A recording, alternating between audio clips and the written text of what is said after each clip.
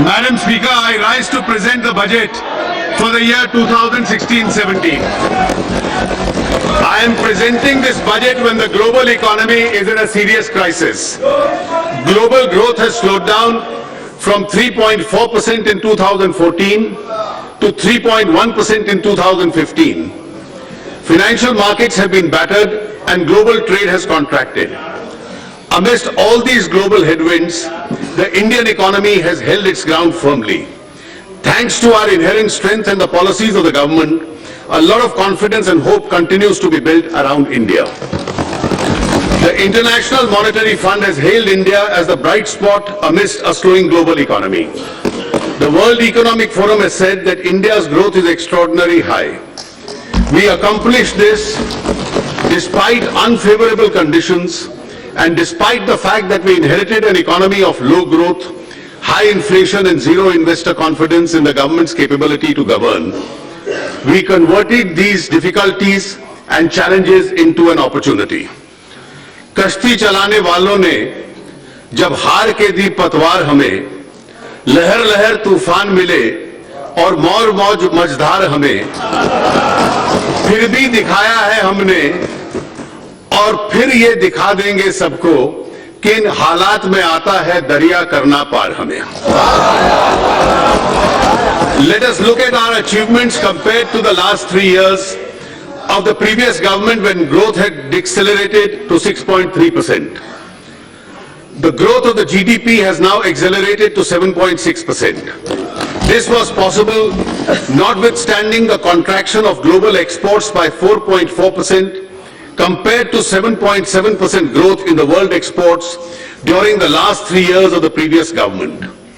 CPI inflation was 9.4% during the last 3 years of the previous government. Under our government, the CPI inflation has come down to 5.4%, providing big relief to the public. This was accomplished despite 2 consecutive years of monsoon shortfall of 13% compared to the normal rainfall in the last 3 years of the previous government. Our external situation is robust. The current account deficit has declined from $18.4 billion in the first half of last year to $14.4 billion this year. It is projected to be 1.4% of the GDP at the end of this year. Our foreign exchange reserves are at the highest ever level of about $350 billion. Our initiatives in the last 21 months have not only placed the economy on a faster growth trajectory, but have bridged the trust deficit created by the previous government. We had to work in an unsupportive global environment, adverse weather conditions, and an obstructive political atmosphere. Madam, हमने आसमानी और सुल्तानी दोनों परिबलों से परेशान किया है. We believe in the principle that money with the government belongs to the people and we have a sacred responsibility to spend it prudently and wisely for the welfare of our people, especially the poor and the downtrodden. We have increased our planned expenditure at the RE stage in 2015-16, in contrast to the usual practice of reducing it. We have achieved this despite adopting the 14th Finance Commission recommendations, which have increased the devolution to the states by 55%. We must now look ahead. The risk of global slowdown and turbulence are mounting. This complicates the task of economic management for India. It has 3 serious implications for us. First, we must strengthen the firewalls against these risks by ensuring macroeconomic stability and prudent fiscal management. Secondly, since foreign markets are weak, we must rely on domestic demand and Indian markets to ensure that the Indian growth does not slow down. And third, we must continue with the pace of economic reforms and policy initiatives to change the lives of our people for the better. We see these challenges as opportunities. The financial year 2015-16 and 16-17 have been and will be extremely challenging for the government expenditure. The 14th Finance Commission has reduced the centre's share of taxes to 58% from 68%. In the financial year 2015-16, we managed to improve upon the budgeted expenditure due to resource revenue buoyancy, notwithstanding the steep reduction in the central share of taxes. The next financial year, 2016-17, will cast an additional burden on account of the recommendations of the 7th Central Pay Commission and implementation of the Defence OROP. The government therefore has to prioritize its expenditure. We wish to enhance the expenditure in the farm and the rural sector, the social sector, the infrastructure sector, and provide for recapitalization of the banks. This will address those sectors which need immediate attention. Once the government discharges these priority obligations, it will then focus on areas which are of utmost priority to the government. While increasing the outlay of the various social sector programs, the government will undertake 3 major schemes to help the weaker sections of society. The Pradhan Mantri Fasal Bima Yojana has already been announced to protect the farmer from adverse consequences of nature. The farmer will pay a nominal amount of insurance premium and get the highest ever compensation in the event of loss suffered. A health insurance scheme which protects 1/3 of India's population against hospitalization expenditure is being announced. The government is launching a new initiative to ensure that the BPL families are provided with cooking gas connections supported by a government subsidy. This will significantly improve the health of women and those BPL families who suffer adversely from the ill effects of chulha cooking. The annual budget is also an opportunity for the government to outline its priorities for the year to come. The priority of the government is clearly to provide additional resource to vulnerable sections of the rural areas, social and physical infrastructure creation.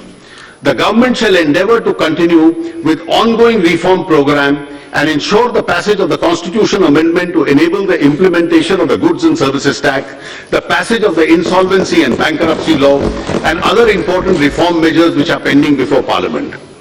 Additionally, as I will elaborate later, we will undertake a significant reform such as the enactment of a law to ensure that all government benefits are conferred on persons who deserve it by giving a statutory backing to the Aadhaar platform, bringing significant changes in the legislative framework relating to the transport sector so as to free it from constraints and restrictions, incentivizing gas discovery and exploration by providing calibrated market freedom, enactment of a comprehensive law to deal with resolution of financial firms, providing a legal framework of dispute resolution in PPP projects and public utility contracts, undertaking important banking sector reforms and public listing of general insurance companies, and undertaking significant changes in the FDI policy. Our agenda for the next year, therefore, is to transform India in this direction. My budget proposals are therefore built on this transformative agenda with 9 different pillars. They include: 1. Agriculture and farmers' welfare with a focus on doubling farmers' income in 5 years. 2. Rural sector with emphasis on rural employment and infrastructure. 3. Social sector including healthcare to cover all the under welfare and health services. 4. Educational skills and job creation to make India a knowledge-based and productive society. 5. Infrastructure and investment to enhance efficiency and quality of life. 6. Financial sector reforms to bring transparency and stability. 7. Governance and ease of doing business to enable people to realize their full potential. 8. Fiscal discipline, prudent management of government finances and delivery of benefits to the needy. 9. Tax reforms to reduce compliance burden with a faith in the citizenry. In each of these things, I shall outline specific policy measures and initiatives which would have a transformative impact on our economy and the lives of our people. Agriculture and farmers' welfare. Let me first take up agriculture and farmers' welfare. We are grateful to our farmers for being the backbone of the country's food security. We need to think beyond food security and give back to our farmers a sense of income security. Government will therefore reorient its interventions in the farm and non-farm sector to double the income of farmers by 2022. Our total allocation on agriculture and farmers' welfare is rupees 35,984 crores. We need to address issues of optimal utilization of our water resources, create new infrastructure for irrigation, conserve soil fertility with balanced use of fertilizer, and provide value addition and connectivity from farm to markets. Irrigation is critical for increasing agricultural production and productivity. Of the 141 million hectares of net cultivated area in the country, only 46% is covered with irrigation. The Pradhan Mantri Krishi Sichai Yojana has been strengthened and implemented in mission mode. 28.5 lakh hectares will be brought under irrigation under this scheme. Implementation of 89 irrigation projects under AIBP, which has been languishing, will be fast-tracked. This will help us to irrigate 80.6 lakh hectares. These projects require rupees 17,000 crores next year and rupees 86,500 crores in the next 5 years. We will ensure that 23 of these projects are completed before 31st March 2017. A dedicated long-term irrigation fund will be created in NABARD with an initial corpus of about rupees 20,000 crores to achieve all these. A total provision of rupees 12,517 crore has been made through budgetary support and market borrowings in 2016-17. Simultaneously, a major program for sustainable management of the groundwater resources has been prepared with an estimated cost of rupees 60,000 crores and proposed multilateral funding. At least 5 lakh farm ponds and dug wells in the rain-fed areas and 10 lakh compost pits for production of organic manure will be taken up by making productive use of allocations under MG Narega. The Soil Health Card scheme is now being implemented with greater vigor. Through this, the farmer gets information about the nutrient level of the soil and can make a judicious use of fertilizer. The target is to cover all 14 crore farm holdings by March 2017. Rupees 368 crore has been provided for the National Project of Soil Health and Fertility. Besides, 2,000 model retail outlets of fertilizer companies will be provided with soil and seed testing facilities during the next 3 years. Fertilizer companies will also co-market city compost, which increases the efficacy of chemical fertilizer. A policy for conversion of city waste into compost has been approved by the government under the Swachh Bharat Abhiyan. To increase crop yield in rain-fed areas, which account for nearly 55% of the country's arable land, organic farming is being promoted. Towards this end, the government has launched 2 important schemes: the Paramparagat Krishi Vikas Yojana, which will bring 5 lakh acres under organic farming over a 3-year period. Second, the government has launched a value chain organic farming scheme called the Organic Value Chain Development in the northeastern region. The emphasis is on value addition so that organic produce grown in these parts finds domestic and export market. A total provision of 412 crores has been made under these schemes. Incentives are being given for enhancement of pulses production. Rupees 500 crore under the National Food Security Mission has been assigned to pulses. The number of districts covered has been increased to 622. A national level competition will be held among 674 Krishi Vigyan Kendras with a total prize money of 50 lakhs to improve the efficiency and performance of these Kendras. Access to market is critical for farmers. The government is implementing a unified agricultural market scheme which envisages a common e-market platform that will be developed in selected 585 regulated wholesale markets.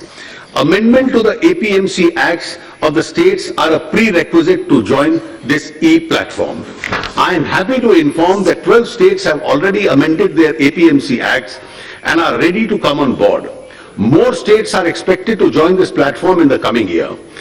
A unified agriculture market e-platform will be dedicated to the nation on the birthday of Dr. Babasaheb Ambedkar on 14th April this year. 97 lakh metric tons of storage capacity was added to the central pool stock during the current year. we are implementing the Pradhan Mantri Gram Sadak Yojana as never before. The scheme has suffered because of underfunding. The allocation in 2012-13 and 13-14 was only 8,885 and rupees 9,805 crores respectively. We have substantially increased the allocation in the last 2 years, which will now be allocated rupees 19,000 crores in 16-17. ये जो 19,000 करोड़ है, this is only 60% of the cost, क्योंकि 40% states bear करेंगे. Together with the state share, totally about 27,000 crores will be spent on this Yojana in 2016-17. Our goal is to advance the completion target of the program from 2021 to 2019 and connect the remaining 65,000 eligible habitations by constructing 2.23 lakh kilometers of roads. Accordingly, the pace of construction, which is currently 100 kilometers per day, compared to an average of 73.5 kilometers between 11 and 14, which will be substantially now stepped up. To support farmers in the aftermath of natural calamities, government has revised the norms of assistance under the National Disaster Response Fund in April 2015. Special focus has been given to ensure adequate and timely flow of credit to the farmers. Against the target of 8.5 lakh crores in 2015-16, the target of agricultural credit in 16-17 will be an all-time high of rupees 9 lakh crores. To reduce the burden of loan repayment on farmers, a provision of rupees 15,000 crores has been made in the budgetary estimates of 16-17 towards interest subvention. The government has also provided a path-breaking crop insurance scheme, namely Prime Minister's Fasal Bima Yojana. For effective implementation of the scheme, I have provided 5,500 crores in the budget of 16-17. We have to ensure that the benefit of MSP reaches farmers in all parts of the country. Mr. Jaitley, if you want to, you can sit and then... Thank you, madam. I'll do that. Okay. We will have to ensure that the benefit of the MSP reaches the farmers in all parts of the country. 3 specific initiatives will be taken up in 2016-17 for this. First, the remaining states will be encouraged to take up decentralized procurement. Second, an online procurement system will be undertaken through the Food Corporation of India. This will usher in transparency, convenience to the farmers through a prior registration and monitoring of actual requirement. Third, effective arrangements have been made for pulses procurement. Farmers also take up other allied activities to supplement their farm income. To make dairy more remunerative to the farmers, 4 new projects will be taken up. First, the Pashudhan Sanjeevani and Animal Welfare Wellness Program and a provision for the Animal Health Card, Nakul Swasthya Patra. Second, an advanced breeding technology. Third, creation of E-Pashudhan Hut, an e-marketing portal for connecting breeders and farmers. And fourth, a national genomic center for indigenous breeds. These projects will be implemented at a cost of rupees 850 crores over the next few years. There has been a visible rise in the yield of honey from an average of 18 to 20 kilometers per box per annum in the year 2013-14 to 25 kilograms per box per annum in 2015-16. The total production of honey in the country has been increased from 76,150 metric tons in 14-15 to 86,500 metric tons. 90% of domestic honey is now exported. Rural area. After agriculture, I turn to the other segment, the rural economy. A sum of rupees 2.87 lakh crores will be given as grant in aid to the Gram Panchayats and municipalities as per the recommendations of the 14th Finance Commission. This is a quantum jump of 228% compared to the previous 5 years.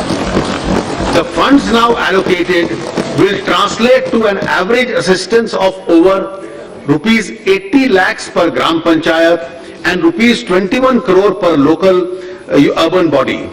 These enhanced allocations are capable of transforming villages and small towns. Ministry of Panchayat Raj will work with the states in evolving guidelines to actualize this. There is an urgent need to focus on areas of drought and rural distress. Every block in these distressed areas will be taken up as an intensive block under the Deen Dayal Antyodaya mission. Formation of self-help groups will be speeded to promote multiple livelihood. Cluster facilitation teams will be set up under MG Naregas to ensure water conservation and natural resource management. These instincts would also be taken up on a priority basis under the Pradhan Mantri Krishi Sinchai Yojana. A sum of rupees 38,500 crores has been allocated for Manrega in 2016. Madam, if this total amount is spent, this will be the highest ever amount spent in a year on Manrega. 300 Rurban clusters will be developed under the Shama Prasad Mukherjee Rurban mission launched by the Honorable Prime Minister recently. These clusters will incubate growth centers in rural areas by providing infrastructural amenities and market access for farmers. These will also expand employment opportunities for the youth. As of 1st April 2015, a total of 18,542 villages were not electrified. The Honorable Prime Minister in his address to the nation on 15th August 2015 announced that the remaining villages will be electrified in the next 1,000 days. As on 23rd February 2016, 5,542 villages have been electrified. I think the Power Minister and the Ministry deserves to be congratulated for this. This is more than the total combined achievement of the previous 3 years. The government is committed to achieve 100% village electrification by 1st May 2018. Rupees 8,500 crores has been provided for the Deen Dayal Upadhyaya Gram Jyoti Yojana and integrated power development schemes. Swachh Bharat Mission is India's biggest drive to improve sanitation and cleanliness, especially in rural India. This subject was very close to the heart of the father of the nation. For the first time since independence, the Parliament has had a comprehensive debate on sanitation. This has become a topic of discussion in almost every home. We have introduced ranking of urban areas in sanitation, which has resulted in constructive competition along towns and cities. Rupees 9,000 crores has been provided for the Swachh Bharat Abhiyan.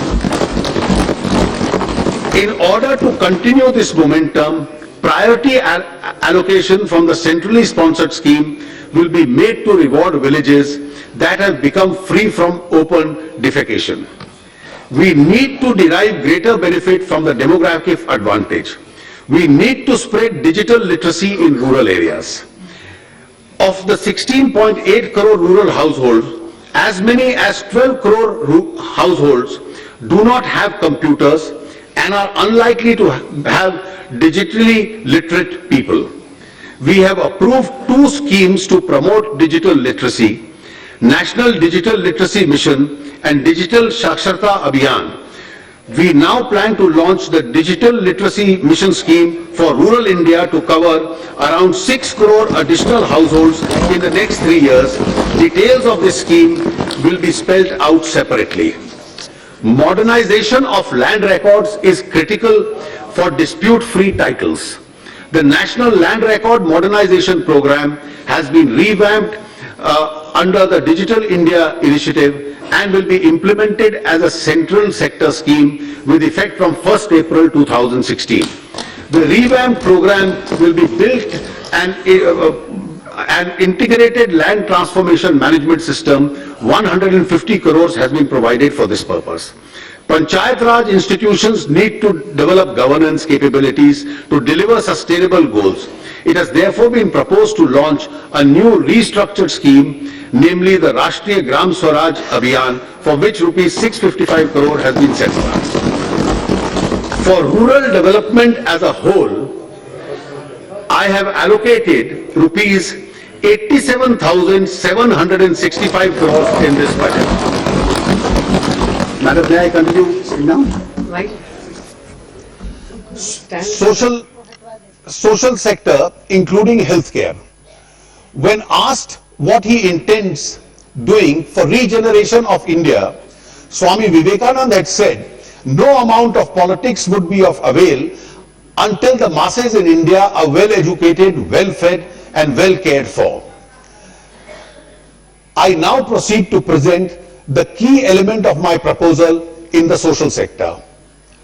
In our country, cooking gas cylinders were considered an upper middle class luxury.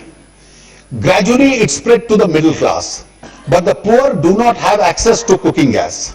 Women of India have faced the curse of smoke during the process of cooking. According to the experts, having an open fire in the kitchen is like burning 400 cigarettes in an hour. Time has come to remedy this situation. We have decided to embark upon a massive mission to provide an LPG connection in the name of women members of poor households. I have set aside a sum of rupees 2,000 crore in this year's budget to meet the initial cost of providing these LPG connections. This would benefit about 1 crore 50 lakh households below the poverty line in the year 2016-17. The scheme will continue for at least 2 more years to cover a total of 5 crore BPS households. This will ensure universal coverage of cooking gas in the country. This measure will empower women and protect their health. It will reduce drudgery and time spent on cooking. It will also provide employment for rural youth in the supply chain of cooking gas. I want to take this opportunity to express our gratitude and appreciation of 75 lakh middle class and lower middle class households who have voluntarily given up their cooking gas subsidy in response to a call given by the Prime Minister. Their gesture is a matter of pride for the country. Catastrophic health events are the single most important cause of unforeseen out-of-pocket expenditure, which pushes lakhs of households below the poverty line every year.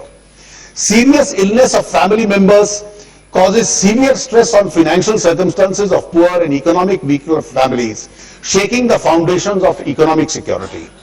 In order to help such families, the government will launch a new health protection scheme which will provide health cover up to rupees 1 lakh per family. For senior citizens of the age of 60 and above belonging to this category, an additional top-up package of rupees 30,000 will be provided. Quality medicines, making quality medicines available at an affordable price has been a key challenge.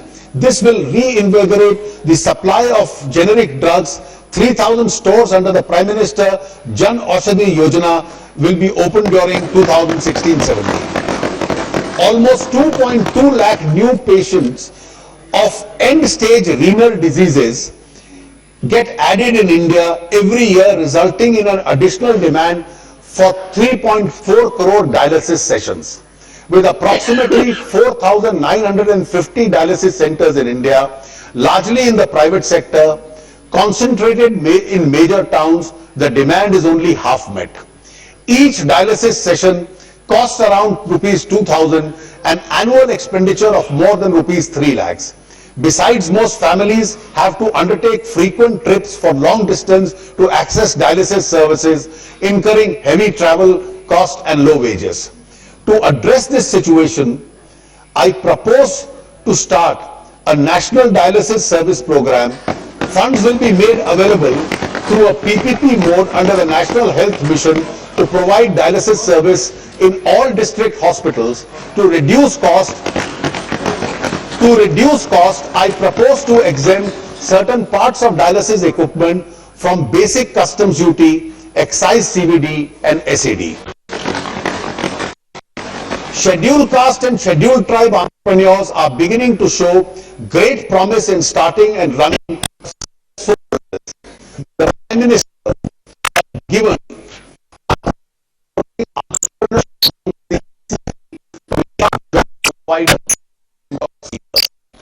I am happy to inform you that the Union Cabinet has approved the Stand Up India scheme to promote entrepreneurship amongst SC, ST and women. 500 crores has been provided for this purpose. The scheme will facilitate at least 2 such projects per bank branch, one in each category of entrepreneur. This will benefit at least 2.5 lakh entrepreneurs in this category. We are celebrating the 125th birth anniversary of Dr. B.R. Ambedkar. This must become the year of the economic empowerment for SC, ST entrepreneurs. We have extensively interacted with Dalit India Chamber of Commerce and Industry on building an entrepreneurship ecosystem. It is proposed to constitute a national scheduled caste and scheduled tribe hub in the MSME ministry in partnership with industry associations. This hub will provide a professional support to scheduled caste and scheduled tribe entrepreneurs to fulfill the obligations under the central government procurement policy, adopting best practices and leverage the stand-up initiative. The scheme for welfare and skill development of minorities such as multi-sectoral development program and Ustad shall be implemented effectively. Education, skills and job creation. I would now like to highlight the steps proposed to be undertaken under the education, skill development and job creation, which is the 4th pillar of my budget proposals. Universalization of primary education through the country. We want to take the next big step forward by focusing on quality education. An increasing share of allocation under the Sarva Shiksha Abhiyan will be allocated. Further, 62 new Navodaya Vidyalayas will be opened in the remaining uncovered districts over the next 2 years. It is our commitment to empower higher educational institutions to help them to become world-class teaching and research institutions. An enabling regulatory architecture will be provided to 10 public and 10 private institutions to emerge as world-class teaching and research institutions. This will enhance affordable access to quality education for ordinary Indians. A detailed scheme will be formulated. We have decided to set up a higher education financing agency with an initial capital base of rupees 1,000 crores.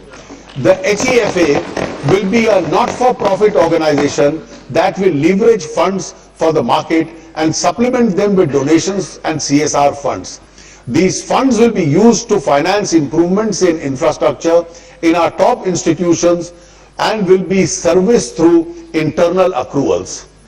To help students, higher educational institutions and employees to access degree certificates of candidates, it is proposed to establish a digital depository for school leaving certificates, college degrees, academic awards and mark sheets on the Passion of Securities Depository. This will help to validate their authenticity, safe storage and easy retrieval. Skill development. Skill India mission seeks to capitalize our demographic advantages. Since its launch, the National Skill Development Mission has created an elaborate skilling ecosystem and imparted training of 76 lakh youth. We want to bring entrepreneurship at the doorstep of youth through the Pradhan Mantri Kaushal Vikas Yojana. We have decided to set up 1,500 multi-skill training institutes across the country. I am setting aside an amount of rupees 1,700 crores for this initiative.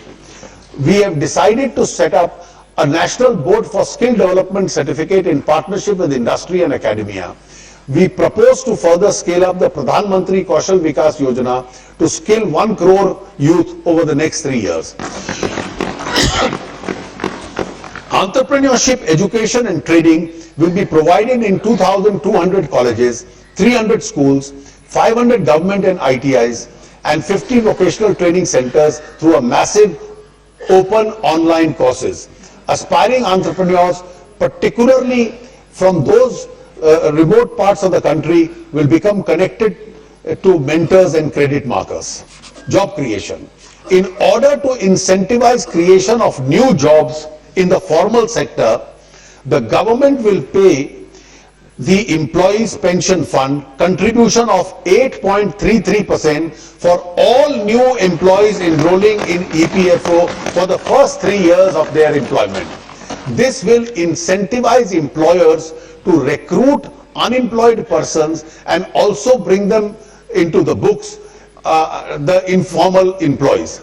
In order to channelize this intervention towards target groups of semi-skilled and unskilled workers, the scheme will be applicable to those with salary up to rupees 15,000 per month. I have made a budget provision of rupees 1,000 crore in this scheme.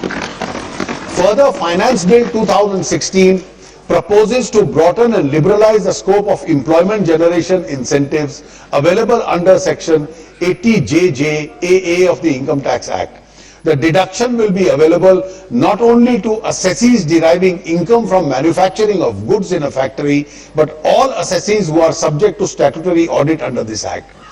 Thus, a deduction of 30% of the emoluments paid to such employees can be claimed for 3 years. The minimum number of days for which they should be employed during the year is proposed to be reduced from 300 to 240. No deduction, however, will be admissible in respect of employees whose monthly emoluments exceed rupees 25,000. Also, no deduction will be admissible in respect of employees for whom the government is paying the entire EPS contribution. A national career service was launched in July 2015. Already 35 million job seekers have registered on this platform. We propose to make 100 model career centers operational by the end of 2016-17. We also propose to interlink state employment exchanges with national career service platform. Retail trade is the largest service sector employer in the country. Many more jobs are created in this sector provided the regulations are simplified. If shopping malls are kept open all 7 days of the week, why not small and medium shops? These shops should be given a choice to remain open on all 7 days of the week on voluntary basis. The interest of workers in terms of mandatory weekly holiday, number of working hours per day, of course, has to be protected. We propose to circulate a model shops and establishment bill which can be adopted by the state governments on a voluntary basis. 5. Infrastructure and investment. The fifth strong support pillar of this budget is to transform India is infrastructure and investment. In the road sector, there were more than 70 projects that were languishing at the beginning of the year due to legacy factors. Aggregate length of these projects was about 8,300 kilometers, involving 1 lakh crore investment. With exemplary and proactive intervention under the leadership of my colleague Shri Gadkari, nearly 85% of these projects have been put back on track. India's highest ever kilometers of new highways were awarded in 2015. At the same time, India's highest ever production of motor vehicles was achieved in 2015. This is a sign of growth of the economy, but it presents a challenge also. Therefore, we have speeded up the process of road construction. I have proposed to allocate a sum of rupees 55,000 crores in the budget for roads and highways. This will be further topped up by an additional 15,000 to be raised by the NHAI through bonds. Thus, the total investment in the road sector, including the Rural Gram Sadak Yojana allocation, would be rupees 97,000 crores during 2016-17. Together with the capital expenditure on railways, which Shri Suresh Prabhu has announced a few days ago, the total outlay on roads and rail in 2016-17 will be a mammoth 2,18,000 crores. We further expect to approve nearly 10,000 kilometers of national highways in 2016-17. This will be much higher than the two previous years. The pace of completion of road projects will also rise to 10,000 kilometers in 2016-17. In addition, nearly 50,000 kilometers of state highway will also be taken up for upgradation as national highway. The total outlay for infrastructure in the budget estimates of 2016-17 now stands at rupees 2,21,246 crores.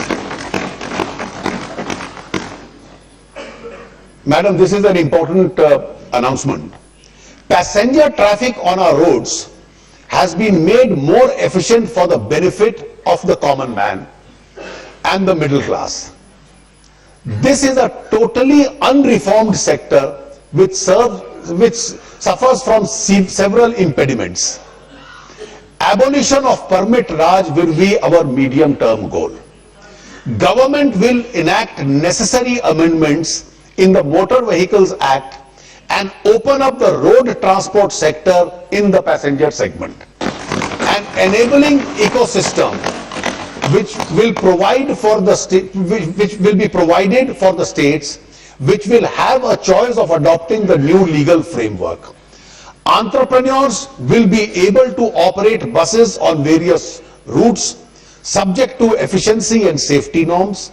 The major benefit of this game-changing initiative will be the provision for a more efficient public transport facilities, greater public convenience, new investments in moribund sectors, creation of new jobs for our youth, growth of startup entrepreneurs, and other multiplier effects. These measures will take us faster down the road to development. In 2015, India's major ports have handled the highest ever quality of cargo. We have also added the highest ever capacity in major ports. We have started a series of measures for modernizing ports and increasing their efficacy. The Sagarmala project has already been rolled out. We are planning to develop new greenfield ports both in the eastern and western coasts of India. The work of the national waterways is already being expedited. Rupees 800 crores has been provided for this initiative. In civil aviation sector, the government is drawing up an action plan for revival of unserved and underserved airports. There are 160 airports and airstrips with state governments which can be revived at an indicative cost of rupees 50 to 100 crores each. We will partner with the state governments to develop some of these airports for regional connectivity. Similarly, 10 out of the 25 non-functional airstrips with the Airport Authority of India will also be developed.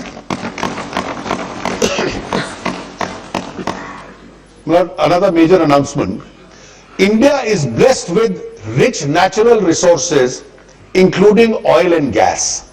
However, their discovery and exploitation has been below our potential. Imports of hydrocarbons occupy a larger share of India's imports. There is a situation of rising demand, near stagnation in production, and consequent rapid increase in imports. As a part of our drive towards self-sufficiency, the government is considering to incentivize gas production from deep sea, ultra deep water, and high pressure, high temperature areas which are presently not exploited on account of higher costs and higher risk. A proposal is under consideration for new discoveries and areas which are yet to commence production. First, to provide calibrated market freedom, and second, to do so at a predetermined ceiling price to be discovered on the principle of landed price of alternate fuels. This will bring considerable amount investment in this segment. In the other segment of infrastructure, Our government has achieved the highest coal production growth in over 2 decades, highest ever capacity in addition in generation, highest ever increase in transmission lines and in distribution of LED bulbs. In the power sector, we need to diversify the resources of power generation for long-term stability. The government is drawing up a comprehensive plan spanning over 15 to 20 years to augment investment in nuclear power generation. Budgetary allocation up to rupees 3,000 crore per annum, together with public sector investment, will be leveraged to facilitate the required investment for this purpose. To augment infrastructure spending further, government will permit mobilization of additional finances up to rupees 31,300 by the NHAI, PFC, REC, ERIDA, NABARD and Inland Water Authority through raising of bonds during 16-17. Our private sector plays a very important role in developing infrastructure, as many of which are implemented in the public-private partnership. I would like to announce 3 initiatives to reinvigorate this sector and resolve future and pending issues. 1. A public utility resolution of disputes bill will be introduced during 2016-17 to streamline an institutional arrangement for resolution of disputes in infrastructure relating to construction contracts, PPP and public utility contracts. 2. Guidelines for renegotiation of PPP concession agreements will be issued, keeping in view the long-term nature of such contracts and the potential uncertainties of the real economy without compromising transparency. 3. A new credit rating system for infrastructure which gives emphasis to various inbuilt credit enhancement structures will be developed instead of relying on standard perception risks which often result in mispriced loans. These, madam, I hope will expedite the commencement of some of the stalled projects. I would like to announce further reforms in our FDI policy. The changes proposed are in the area of insurance and pension, asset reconstruction companies, stock exchanges, etc. Details of these changes are given in an annexure to the budget speech. The duty drawback scheme has been widened and deepened to include more products and countries. The government will continue to take measures to support the export sector. Our FDI policy has also to address the requirements of the farmers and our food processing industry. A lot of fruits and vegetables grown by our farmers either do not fetch the right price or fail to reach the market. Food processing industry and trade should be more efficient. 100% FDI will be allowed through FIPB route in the marketing of food products produced and manufactured in India. I think this will give an impetus to the food processing ministry to enhance this sector. This will benefit the farmers, give impetus to the food processing industry and create vast employment opportunities. A new policy of management of government investment in public sector enterprises, including disinvestment and strategic sale, has been approved. We have to leverage the assets of the CPSEs for generation of resources for investment in new projects. We will encourage CPSEs to divest individual assets like land, manufacturing unit to release their asset value for making investments in new projects. The Niti Aayog will identify the CPSEs for this strategic sale. We will adopt a comprehensive approach for efficient management of the government investment in CPSEs by addressing issues such as capital restructuring, dividend bonus shares, etc. The Department of Disinvestment is being renamed the Department of Investment and Public Asset Management, the DIPAM. Financial sector reforms. A vibrant financial sector is of critical importance to the growth of every economy. In my last two budgets, I had announced several measures in this regard. I would now like to announce the following initiatives. A systematic vacuum exists with regard to the bankruptcy situation in financial firms. A comprehensive code on resolution of financial firms will be introduced as a bill in Parliament in 2016-17. This code will provide a specialized resolution mechanism to deal with bankruptcy situations in banks, insurance companies and financial sector entities. The code, together with the Insolvency and Bankruptcy Code 2015, when enacted, will provide a comprehensive resolution mechanism for our economy. The RBI Act 1934 is being amended to provide a statutory basis for the monetary policy framework and a policy committee through the Finance Bill 2016. The committee-based approach will add a lot of value and transparency to the monetary policy decisions. A financial data management center under the aegis of Financial Stability Development Council will be set up to facilitate integrated data aggregation and analysis in the financial sector. To improve greater retail participation in government securities, RBI will facilitate their participation in the primary and secondary markets through stock exchanges and access to NDS-OM trading platforms. New derivative products will be developed by SEBI in the commodity derivatives market. To facilitate deepening of the corporate bond market, a number of measures will be undertaken, details of which are given in Annexure 2 to the budget speech.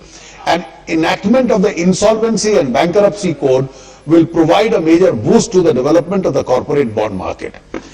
To tackle the problem of stress assets in the banking sector, asset reconstruction companies have a very important role. I therefore propose to make necessary amendments in the SARFAESI Act to enable the sponsorer of an ARC to hold up 100% stake in the ARC and permit non-institutional investors to invest in the securitization receipts.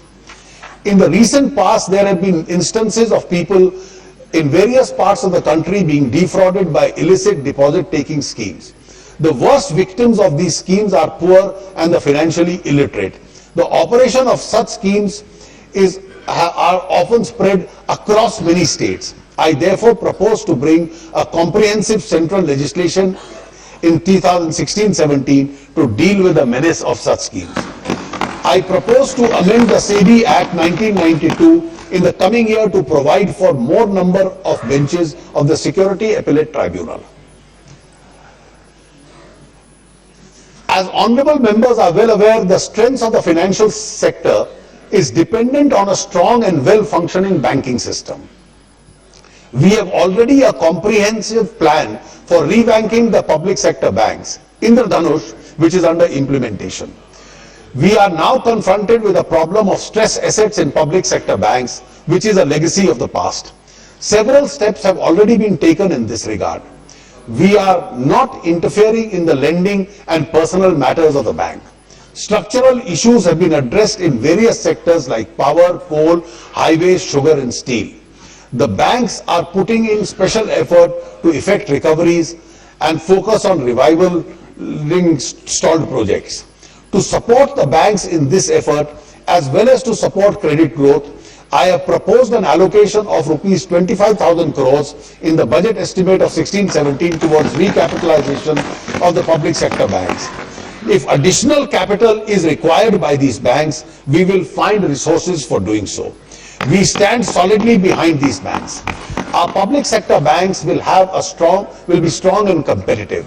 The Banking Board Bureau will be operationalized during 2016-17 and a road for consolidation of public sector banks will be spelled out. The process of transformation of the IDBI has already started. Government will take it forward and also consider the option of reducing its stake below 50%. For speedier resolution of stress assets, the Debt Recovery Tribunal will be strengthened with focus on empowering the existing infrastructure, including computerized processing of court cases to support reduction in the number of hearings and faster disposal of cases. The Pradhan Mantri Mudra Yojana was launched for the benefit of the bottom pyramid of entrepreneurs. Banks and NBFCs, MFIs have reported the amount sanctioned under the PMMY has reached about rupees 1 lakh crore to cover 2.5 crores borrowers by early February this year. For the coming year, madam, I propose to increase the target next year to rupees 1,80,000 crores. To provide better access to the financial system services, especially in rural areas, we will undertake a massive nationwide rollout of ATMs, micro ATMs in post offices over the next 3 years. Public shareholding in government-oriented companies, it means to ensure higher levels of transparency and accountability. To promote this objective, the general insurance companies owned by the government will be listed in stock exchanges. Government and the ease of doing business. Our government is giving an unparalleled emphasis to the good governance with special focus on process reforms. IT-enabled government processes. The whole idea is to remove irritants from public in their interface with government agencies. A task force has been constituted for rationalizing the human resource in various ministries. A comprehensive review and rationalization of autonomous bodies is also underway. A critical component of minimum government and maximum governance is to ensure targeted disbursement of government subsidies and financial assistance to the actual beneficiaries. Public money should reach the poor and the deserving without any leakage. 3 specific initiatives are proposed to achieve this objective. First, we will introduce the targeted delivery of financial and other subsidy benefit services by using the Aadhaar framework. The bill will be introduced in the current budget session of Parliament. The Aadhaar number or authentication shall, however, not confer any right to be developed for using Aadhaar to accurately target beneficiaries. This will be a transformative piece of legislation which will benefit the poor and the vulnerable. Secondly, we have already introduced a direct benefit transfer in LPG. Based on this successful experience, we propose to introduce a DBT on a pilot basis for fertilizer in a few districts of the country with a view to improving the quality of service delivery to farmers. Third, of a total of 5.35 lakh fair price shops in the country, automation facilities will be provided to 3 lakh fair price shops by March 2017. We have to bring transparency and efficiency in government procurement of goods and services. The Director General of Supplies and Disposal will establish a technology-driven platform to facilitate procurement of goods and services in various ministries and agencies by the government. To remove the difficulties and impediments to ease the doing of business, we will introduce a bill to amend the Companies Act in the current budget session of Parliament. The bill would also improve enabling environment for startups. The registration of companies will be done away. It will also be done in one day. Monitoring of prices of essential commodities is a key element of good governance. A number of measures have been taken to deal with the problem of abrupt increase in prices of pulses. Government has approved the creation of a buffer stock of pulses through procurement at a minimum support price and a market price to price stabilization fund. The fund has been provided with a corpus of rupees 900 crores to support the market intervention. Madam Speaker, for good governance, we have to capitalize on country's unity in diversity. To strengthen the understanding of each other, it is proposed to create a closer engagement between states and districts in a structured manner. Ek Bharat Shresth Bharat program will be launched to link states and districts, an annual program that connects people through exchanges in areas of language, trade, culture, travel and tourism. We shall do this through mutual agreement with participating states and districts. In 2017, the country will celebrate the 70th anniversary of our independence. We will chalk out the milestones for nation's journey beyond the 70th year anniversary of independence. Dr. Toynbee, the historian, had observed that a chapter which had a Western beginning will have to have an Indian ending. My belief is that the year 2017 will unfold the great historian's dream. Our scheme of Ek Bharat Shresth Bharat is a part of this mission. Madam, let me now elaborate on the fiscal situation in the context of the budget of 2016-17. While preparing this budget, I have received conflicting suggestions about the FRBM roadmap. Different schools of thought have argued either in favor of fiscal consolidation and stability or for a less aggressive consolidation and for boosting growth. I have weighed the policy option and decided that prudence lies in adhering to fiscal targets. Consequently, the fiscal target in the revised estimate of 2015-16 and the budget estimate of 2016-17 have been retained at 3.9% and 3.5% of GDP respectively. While doing so, I have ensured that development agenda has not been compromised. The total expenditure in this budget for 2016-17 has been projected at rupees 19.78 lakh crores, consisting of rupees 5.50 lakh crore under plan and 14.28 lakh crores under non-plan. The increase in planned expenditure is in the order of 15.3% over the current year's BE. Plan allocation has been given special emphasis to sectors like agriculture, irrigation, social sector, including health, women and child development, welfare of scheduled caste and scheduled tribe, minorities, infrastructure, etc. Continuing with the policy of higher empowering states, the total resources being transferred to the states are 99,681 crores more than RE of 15-16 and rupees 2,46,024 crores more than the actuals of 2014-15. Details of allocations in certain vital sector schemes and transfer to the states are given in Annexure 3 to the speech. This is the last year of the 12th plan. Successive committees have questioned the merit in having a plan and a non-plan classification of the government expenditure. A broad understanding over the years has been that planned expenditures are good and non-planned expenditures are bad. This results in a skewed allocation in the budget. We need to correct this and give greater focus to revenue and capital classification of government expenditure. We have therefore decided that the non-plan classification will be done away with from fiscal 2017-18. The Finance Ministry will closely work with the state finance departments and align central state budgets in this regard. To improve the quality of government expenditure, every new scheme sanctioned by the government will have a sunset date and an outcome review. A redeeming feature of this year's budget is that we have improved upon the revenue deficit target from 2.8% to 2.5% of GDP in the RE of 2015-16. The FRBM Act has been under implementation for more than a decade. Both central and state governments have made significant gains from the implementation of this act.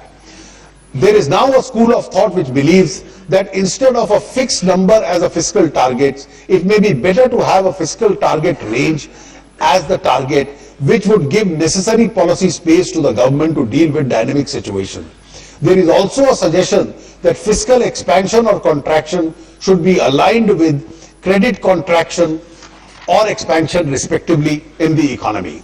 While remaining committed to fiscal prudence and consolidation, a time has come to review the working of the FRBM Act, especially in the context of uncertainty and volatility, which have become the new norm of the global economy. I therefore propose to set up and constitute a committee to review the implementation of the FRBM and give its recommendation on the way forward. As honorable members are aware, the 7th Pay Commission has submitted its report. Following the past practice, a committee has been constituted to examine the report and give its recommendations. In the meanwhile, I have made necessary interim provisions in the budget. We have rationalized and restructured more than 1,500 central planned schemes into about 300 central sector and 30 centrally sponsored schemes. This will avoid overlapping of expenditure. I reiterate that I remain committed to the financial requirements arising out of the economic packages that have been announced by our government, and also commitments emanating from the reorganization of the states. I have also allocated an initial sum of rupees 100 crores each for celebrating the birth anniversary of Pandit Deen Dayal Upadhyay and the 350th birth anniversary of Guru Gobind Singh Ji. Tax reforms. I shall now turn to tax reform, which is elaborated in Part B of my budget scheme. Madam Speaker, I shall now present my tax proposals. The government acknowledges the role of the taxpayer in the nation building. Each rupee of the tax contributes towards the government's effort to provide a better infrastructure, rural revival and social well-being. Taxation is a major tool to the government for removing poverty and inequality from the society. The prosperity will not forgive us if we do not use this opportunity in this perspective. The thrust of my tax proposals this year falls in 9 categories. 1. Relief to small taxpayer. 2. Measures to boost growth and employment generation. 3. Incentivizing domestic value additions to help make in India. 4. Measures for moving the pension society. 5. Measures for promoting affordable housing. 6. Additional resource mobilization for agriculture, rural economy and clean environment. 7. Reducing litigation and providing certainty in taxation. 8. Simplification and rationalization of taxation. 9. Use of technology for creating accountability. Relief to small taxpayer. In order to lessen the burden on individuals with income not exceeding 5 lakhs, I propose the ceiling of tax rebate under section 87A from 2,000 to rupees 5,000. There are more than 2 crore taxpayers in this category who will get a relief of rupees 3,000 in their tax liability. The people who do not have any house of their own and do not get any house rent allowance from their employer today get a reduction of rupees 24,000 per annum in their income to compensate them for the rent they pay. I propose to increase the limit of deduction in respect of rent paid under section 80GG from rupees 24,000 per annum to rupees 60,000 per annum, which should provide relief to those who live in rented houses. The next, madam, is important.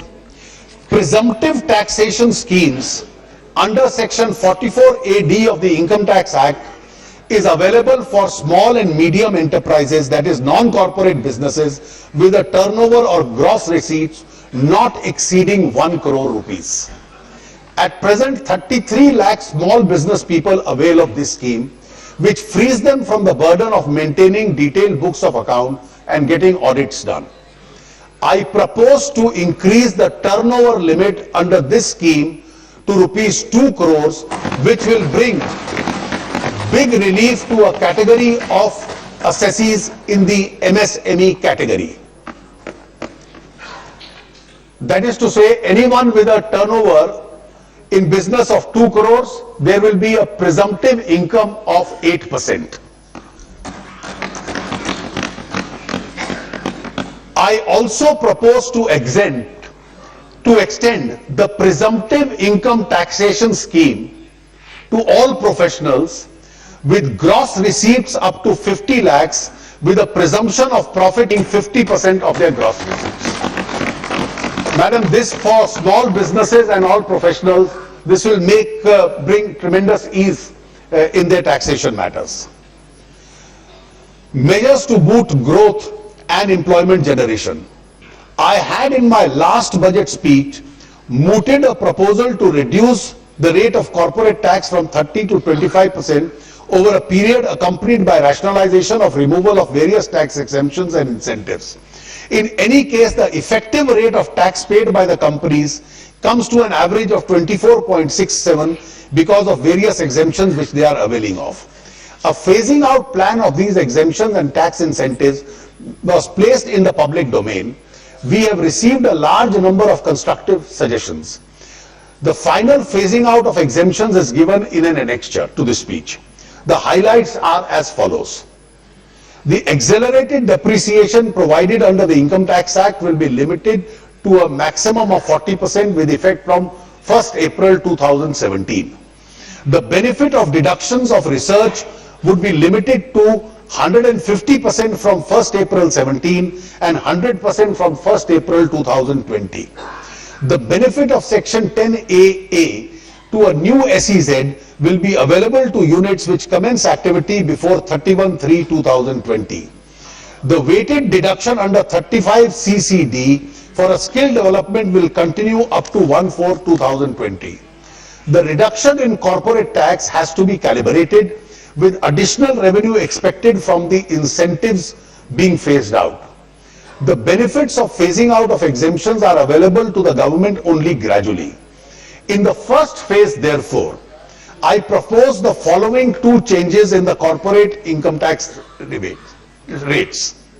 A, the new manufacturing companies which are incorporated on or after 1st March 2016 as proposed to be given an option of being taxed at 25% per surcharge plus cess, provided they do not claim any profit-linked investment-linked deduction and do not avail of any investment allowance and accelerated depreciation. Madam, new manufacturing companies will also bring jobs. I also propose to lower the corporate income tax rate for the next financial year of relatively small enterprises companies with turnovers not exceeding 5 crores in the financial year ending March 2015 to 29% per surcharge plus cess. Startups generate employment, bringing innovation, and are expected to be key partners in Make in India program. I propose to assist their propagation through 100% deduction of profits for 3 out of the 5 years for startups set up during April 2016 to March 2019. MAT will apply in such cases. Capital gains will not be taxed if invested in regulated or notified fund of funds and by individuals in notified startups for which they hold majority shares. Research is a driver of innovation, and innovation provides a thrust to economic growth. I propose a special patent regime with 10% tax on income from worldwide exploitation of patents developed and registered in India. In order to get more investment in the asset reconstruction companies, which plays a very important role in the resolution of bad debts, I propose to provide a complete pass-through of income tax to securitization trusts, including trust of ARCs. The income will be taxed in the hands of the investor instead of the trust. However, trusts will be able to deduct tax at source. The period for getting long-term capital gain regime in the case of unlisted companies is proposed to be reduced from 3 to 2 years. Non-banking financial companies will be eligible for deduction to the extent of 5% of their income in respect of provision for bad and doubtful debts. For determining the residency of foreign company on basis of place of effective management is proposed to be deferred by 1 year. I would like to reiterate our commitment to implement the general anti-avoidance rules from 1/4/2017. In order to meet our commitments to the BEPS initiative of the OECD and G20, the Finance Bill 2016 includes provisions for requirement of country-by-country reporting for companies with a consolidation revenue of more than euros 750 million. I propose to exempt service tax on services provided under the Deen Dayal Upadhyay Gramin Kaushalya Yojana and services provided by assessing bodies empaneled by the Ministry of Skill Development and Entrepreneurship. I propose to exempt service tax on general insurance service provided by under the Nirmaya Health Insurance Scheme, launched by the National Trust for Welfare of Persons with Autism cerebral palsy, mental retardation and multiple disability. To promote the use of refrigerated containers, I propose to reduce the basic custom duty by the excise duty to them from 5% to 6%. As a number of assistive devices, rehabilitation aids and other goods for differently abled persons attract nil basic custom duty. Accepting the suggestion that came from the Mr. Rahul Gandhi, I propose to exempt this exemption to the burial paper also. Customs and excise duty structures plays an important role in incentivizing domestic value addition towards Make in India campaign of our government. In line with that, I propose to make suitable changes in the customs and excise duty rates of certain inputs, raw materials, intermediaries, components and certain other goods, and simplifying procedures as to reduce cost and improve competitiveness of domestic industry in sectors like information technology, hardware, capital goods, defense production, textiles, mineral fuels, mineral oils, chemicals, petrochemicals, paperboard and newsprint, maintenance, repair and overhauling of aircrafts and ship repair. Details of these changes are given in annexure to the budget speech. Measures for providing a pension society. Pension schemes offer financial protection to senior citizens. I believe that the tax treatment should be uniform for defined benefits and defined contribution pension schemes, pension plans. I propose to make withdrawal up to 40% of the corpus at the time of retirement tax exempt in the case of the National Pension Scheme. In case of superannuation funds and recognized provident funds, including EPF, and the same norm of 40% of the corpus to be tax-free will apply in respects of corpus created out of contribution made after 1/4/2017. Further, the annuity fund which goes to the legal heir after the death of the pensioner will not be taxable in all three cases. Also, we are proposing a monetary limit for contribution of the employer in recognized provident and superannuation fund at 1.5 lakh per annum for taking the tax benefit. I propose to exempt from service tax the annuity services provided by the National Pension System and the services provided by the EPFO to its employees. I also propose to reduce service tax on single premium annuity insurance policies from 3.5% to 1.4% of premium paid in certain cases.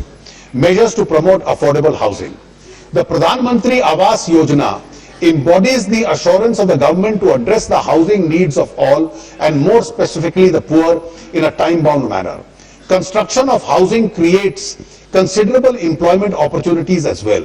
In order to fuel activity in the housing sector, I propose to give 100% deduction for profits to an undertaking from a housing projects for flats up to 30 square meters in the 4 metro cities and 60 square meters in other cities approved during June 2016 to March 2019 and is completed within 3 years of approval.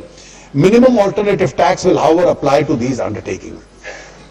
For the first home buyers, I propose to give a deduction for an additional interest of rupees 50,000 per annum for loans up to 35 lakhs sanctioned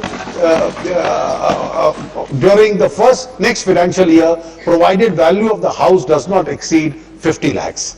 Another proposal to stimulate housing activity is to facilitate investment in the real estate investment trusts.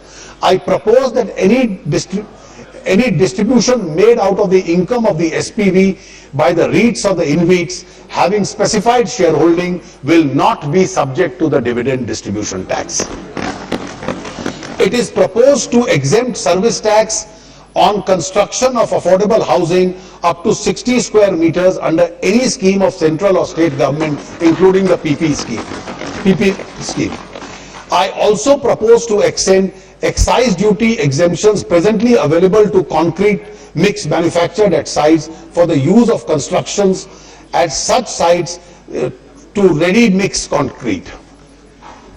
additional resource mobilization for agriculture, rural economy, and for a clean environment. Dividend distribution tax uniformly applies to all investors irrespective of their income slabs. This is perceived to distort the fairness and the progressive nature of taxes. Persons with relatively higher income can bear a higher tax cost. I therefore propose that in addition to the DDT paid by the companies, tax at the rate of 10% of the gross amount of dividend will be payable by recipients, that is an individual, HUF and firm, receiving dividend in excess of 10 lakh rupees per annum. I also propose to raise the surcharge from 12% to 15% on person other than companies, firms, cooperative societies having an income of over rupees 1 crore. I also propose to collect at source at the rate of 1% on purchase of luxury cars exceeding a value of 10 lakhs and purchase of goods and services in cash exceeding rupees 2 lakhs. For compliant taxpayers with resources, this levy will not only advance collection of taxes when expenditure is incurred, but it provides data to the tax authorities to identify the persons who incur such expenditure but may be missing from the tax base. Farmers and notified class of persons will have an option of giving a form by which TCS will not be charged. Rate of security transactions tax in the case of options is proposed to be increased from 0.017 to 0.05%. In order to tap tax on income accruing to foreign e-commerce companies from India, it is proposed that a person making a payment to a non-resident trust who does not have a permanent establishment exceeding in aggregate 1% in the year as consideration on online advertisement will withhold tax at 6% gross amount paid as equalization levy. The levy will only apply to B2B transactions. I propose to impose a cess called the Krishi Kalyan cess, that is 0.5% on all taxable services, proceeds of which would be exclusively used for financing initiatives relating to the improvement of agriculture and welfare of farmer. The cess will come into force with effect from 1st of June 2016. Input tax credit on this cess will be available for payment of this cess. The pollution and the traffic situation in Indian cities is a matter of concern. I propose to levy an infrastructure cess of 1% on small petrol, LPG and CNG cars, 2.5% on diesel cars of certain capacity, and 4% on other high engine capacity vehicles and SUVs. Madam, the exemptions the exemption rate of duty which existed on parts of environment friendly vehicles, which expires on 31st March this year, I am planning to continue that. I propose to impose an excise duty of 1% without input tax credit or 12.5% with input tax credit on articles of jewelry, excluding silver jewelry, other than studded with diamonds and some other precious metals, with a higher exemption and eligible limits of rupees 6 crores and 12 crores respectively. Necessary steps will be taken to enable the new taxpayers to comply with this levy without any difficulty. I propose to change the excise duty on branded ready-made garments and made-up garments of textiles with a retail price of above rupees 1,000 from nil to an input tax credit of 6% oblique 12.5 with input credit to 2% without input tax credit or 12% with input tax credit. I propose to rename the clean energy cess levied on coal, lignite and peat as clean environment cess and simultaneously increase its rate from rupees 200 per ton to rupees 400 per ton. To discourage consumption of tobacco and tobacco products, I propose to increase excise duty on various tobacco products other than BDs by about 10 to 15%. I propose to amend the finance bill so as to declare assignment by the government of the right to use radio frequency spectrum in its subsequent transfer a service to make it clear that the assignment of the right to use the spectrum is service leviable to service tax and not sale of intangible goods. Reducing litigation and providing certainty in taxation. Madam, we are moving towards a lower tax regime with non-litigious approach. Thus, while compliant taxpayers can expect a supportive interface with the department, tax evasion will be countered strongly. Capability of a tax department to detect tax evasion has improved because of enhanced access to information and availability of technology-driven analytical tools to proceed such information. I want to give an opportunity to the earlier non-compliant to move to the category of being compliant. I propose a limited period compliance window for domestic taxpayers to declare undisclosed income or income represented in any form of asset and clear up their past transgressions by paying tax at 30%, a surcharge of 7.5% and a penalty of 7.5%, which is a total of 45% of the undisclosed income. There will be no scrutiny or inquiry regarding the tax declared in these declarations under the Income Tax Act or the Wealth Tax Act, and declarations will have immunity from prosecution. Immunity from Benami Transaction Prohibition Act 1988 has also been proposed subject to certain conditions. The surcharge levied 7.5% of undisclosed income will be called Krishi Kalyan surcharge and will be used for agriculture and rural economy. We plan to open the window under the income tax disclosure scheme from 1st June to 30th September 2016 with an option to pay the amount due within 2 months of the declaration. Our government is fully committed to removing black money from the economy. Having given one opportunity for those who evaded income to declare it once, we would like to focus all our resources on bringing back people with black money to the books. Litigation is a scourge on the tax-friendly regime and creates an environment of distrust in addition to increasing the compliance cost of taxpayers and administrative costs to the government. There are about 3 lakh tax cases pending before the first appellate authority with disputed amount of rupees 5.5 lakh crores. In order to reduce this number, I propose a new dispute resolution scheme. A taxpayer who has an appeal pending as of today before the Commissioner Appeals can settle his case by paying disputed tax and interest up to the date of assessment. No penalty in respect of income tax cases with disputed tax up to rupees 10 lakhs will be levied. Cases where disputed tax exceeds 10 lakhs will be subjected only to 25% of the minimum of the imposable penalty for both direct and indirect taxes. Any pending appeal against a penalty order can be settled by paying 25% of the minimum amount of imposable penalty. Certain categories of persons, including those who are charged with criminal offences under the specified acts, are proposed to be barred from availing of this scheme.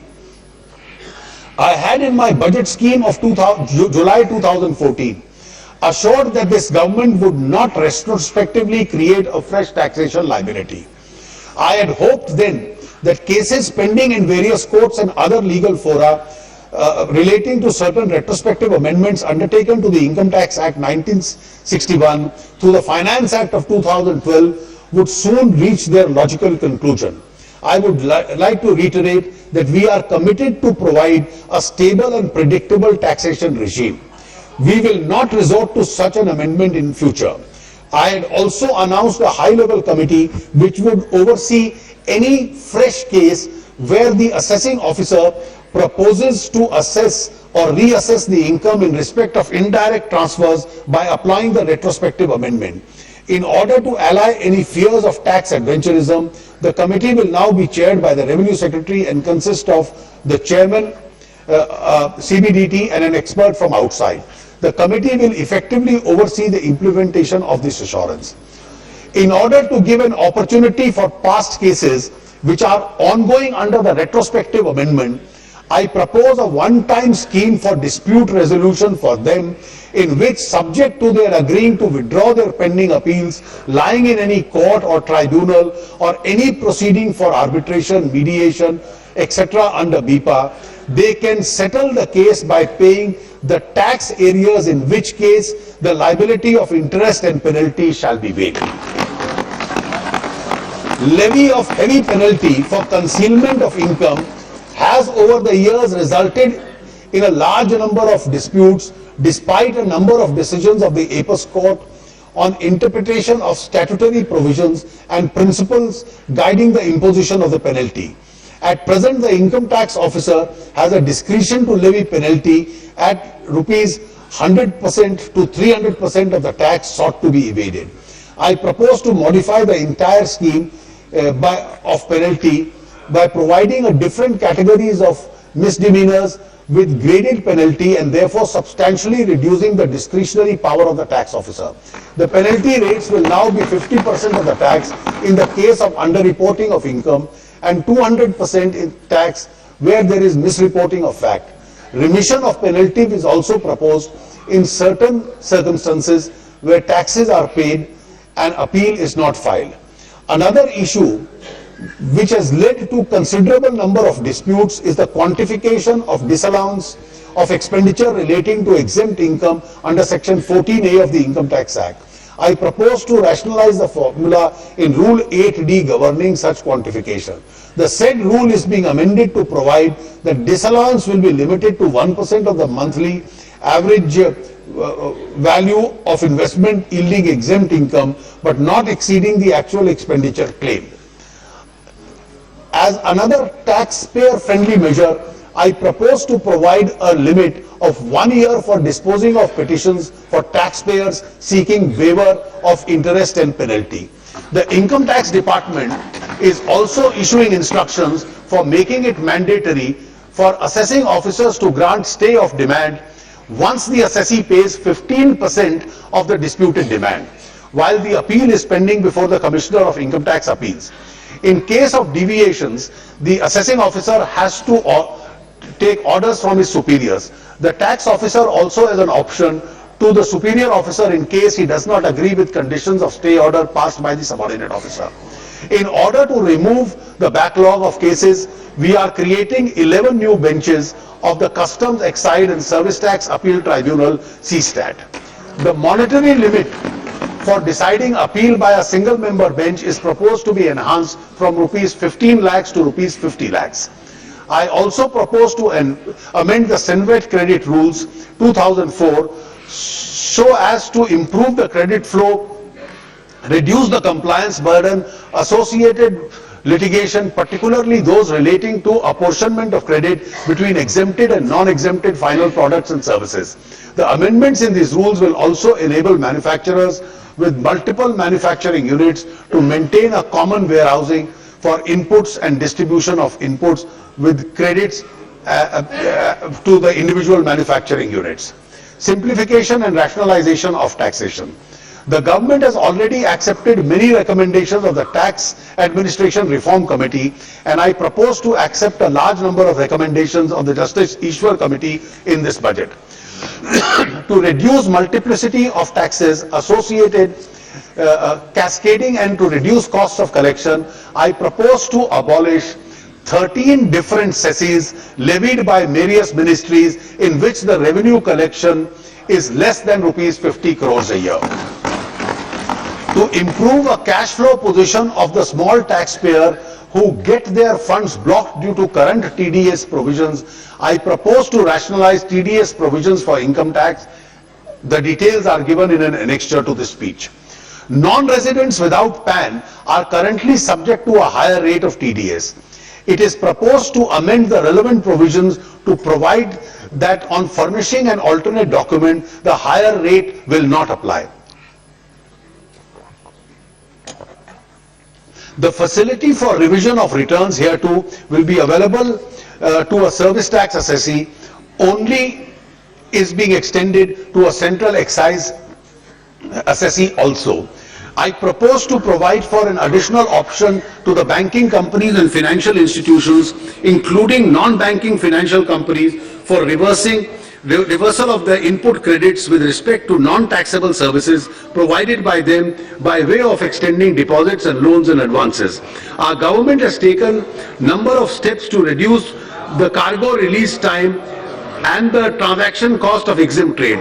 I propose to amend the Customs Act to provide for deferred payment of customs duty for importers and exporters within the proven track record. In 2014-15 budget, I had announced the intent to implement Indian Customs Single Window project. We have made significant progress in this, and it would be implemented at all major ports and airports starting from the beginning of the next financial year. The custom baggage rules for international passengers are being simplified so as to increase the free baggage allowance. The filing of baggage declaration will be required only for those passengers who carry dutiable goods. Use of technology and creating accountability. Technology is a boon for mankind.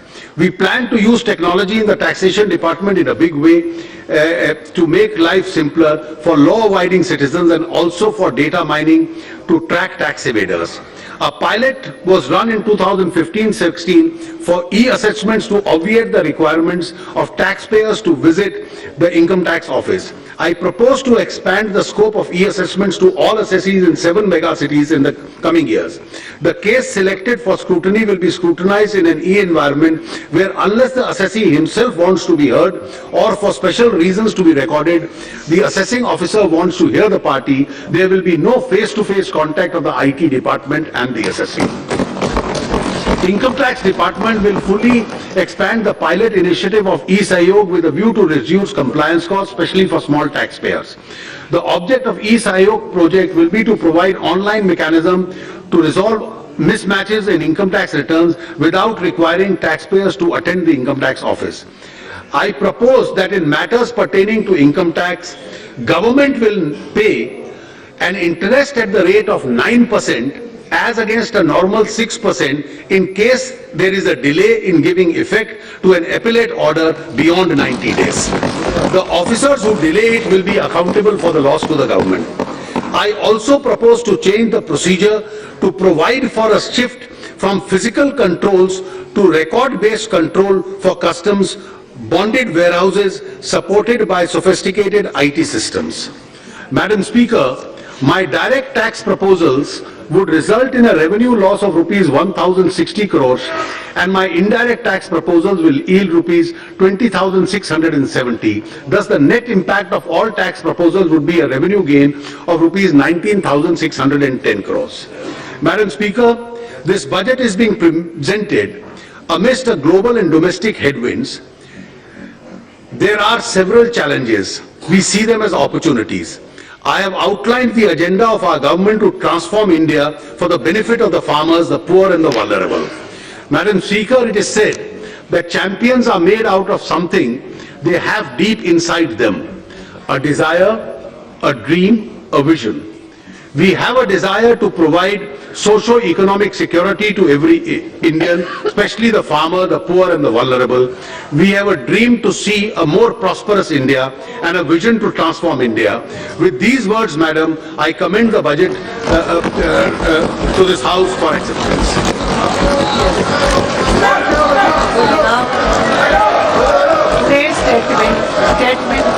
Madam Speaker, I rise to move leave to introduce the Finance Bill 2016. Statement. Item number 2, lay on the table statement for microeconomic. Madam, I rise to lay on the table the following statement under Section 3 of the Fiscal Responsibility and Budget Management Act 2003, Microeconomic Framework Statement, Medium-Term Fiscal Policy Statement and Fiscal Policy Strategy Statement. Now move the finance bill. Mr. Minister, now move the finance bill. Move to leave the introduce to finance. Madam, I rise to move for leave to introduce the Finance Bill 2016. Yes. The question is that leave is granted to introduce the Finance Bill 2016. Those in favor may say aye, those against may say no. I think the ayes have it, the ayes have it, the leave is granted. The minister Madam- may now introduce. Madam, I introduce the bill. Thank you. The House stands adjourned to meet again tomorrow, 1st March 2016 at 11 a.m.